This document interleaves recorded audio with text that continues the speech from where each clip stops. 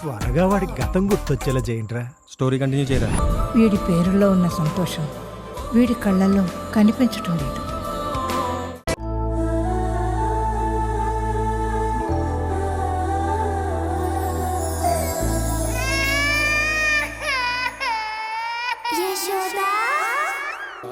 నందా, అత్తయ్య, మావయ్య, అందరూ రండి. నందా,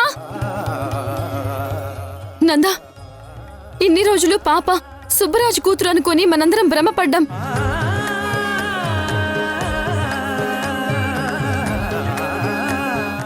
ఈ రోజు నాకు నిజం తెలిసింది. పాప సుబ్బరాజు కూతురు కాదు, మనిద్దరికి పుట్టిన బిడ్డ.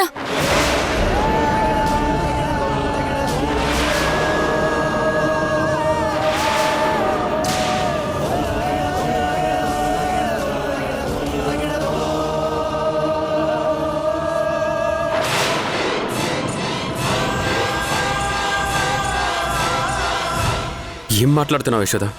నీకేమైనా పిచ్చి పట్టిందా? పాప మనిద్దరికీ కలిసి పుట్టడం ఏంటి? నేనేమి మళ్ళీ గతం మర్చిపోలేదు, పిచ్చోడిని అవ్వలేదు.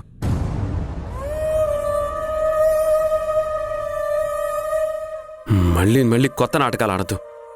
నువ్వెన్ని చెప్పినా సరే నేను పాపను యాక్సెప్ట్ చేయలేను. అయ్యో, నేను చెప్పేది నిజం నందా.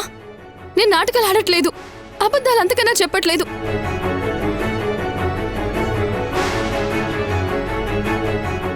ఈ పాప నీకు నాకు కలిపి పుట్టిన బిడ్డ. ఇదంతా ఊర్మిళ చేసిన ఒక ప్రయోగం వల్లే జరిగింది.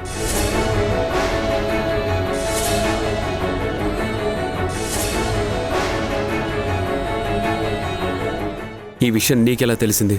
నీకెవరు చెప్పారు? దేవకి వదిన చెప్పిందండి. దేవకి వదినకి సుబ్బరాజు నిజం చెప్పాడంట. అవునా? అవునా యశోదా?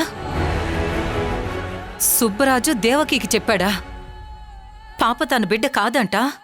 అవునత్తయ్య, సుబ్బరాజే చెప్పాడంట.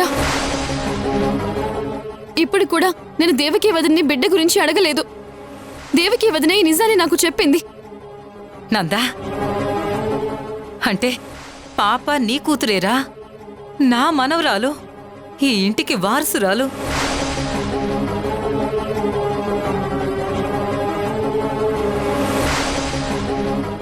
ఏమైంది దాక్షాయణికి? డబ్బు కోసం నమ్మినట్టు నాటకం ఆడుతుందా ఏంటి?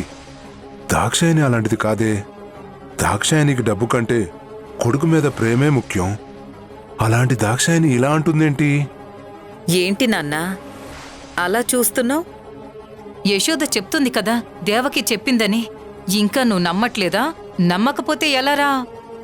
నిన్ను నమ్మించడానికి యశోద 500 కోట్ల రూపాయల విలువైన ఆస్తిని వాళ్ళ అన్నా వదినలకి ఇచ్చేసొచ్చింది.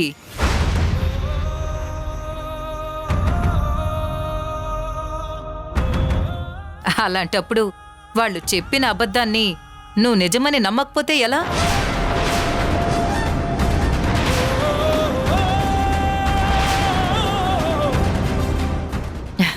యశోదా, వీణ్ నమ్మళ్లే, నేను నమ్ముతాను.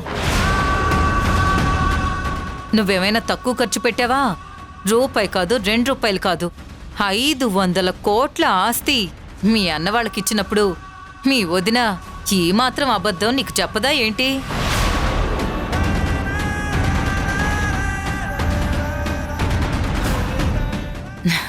రేపొద్దున మేము వెళ్ళి గట్టిగా నిలదీసి అడిగినా అదే అబద్ధాన్ని నిజం అన్నట్టు నమ్మించడానికి చాలా ప్రయత్నిస్తుంది. అందుకే అంత దూరం ఎందుకు? ఇదిగో నేనిప్పుడే నమ్మేశాను అనుకో, రేపొద్దున మనం అక్కడికి వెళ్ళి అడగాల్సిన అవసరమే ఉండదు. అయ్యో అత్తయ్య, నేను అబద్ధం చెప్పట్లేదు, నిజమే చెప్తున్నాను. పాప నాకు నందాకి పుట్టిన బిడ్డే. ఇంకాపుతావా?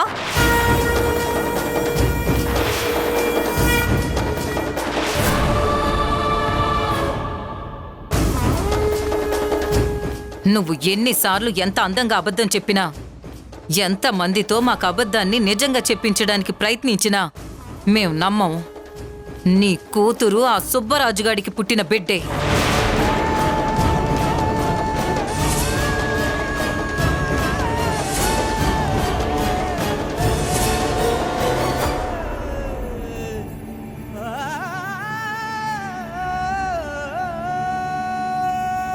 ఈటీవీ విన్ గుర్తుకొస్తున్నాయి గుర్తుకొస్తున్నాయి గుర్తుకొస్తున్నాయి. ఒక వింత సామాన్య లోకంలో జరిగే అద్భుతమైన నవ్వుల ప్రయాణంతో రూపొందిన అత్యంత చిన్నగా చేసిన అతి భారీ సిరీస్ మీ ఈటీవీ విన్లో విజయవంతంగా స్ట్రీమింగ్ అవుతోంది. గుర్తుకొస్తున్నాయి గుర్తుకొస్తున్నాయి గుర్తుకొస్తున్నాయి. ఈటీవీ విన్ యాప్ని డౌన్లోడ్ చేసి సబ్స్క్రైబ్ చేయండి.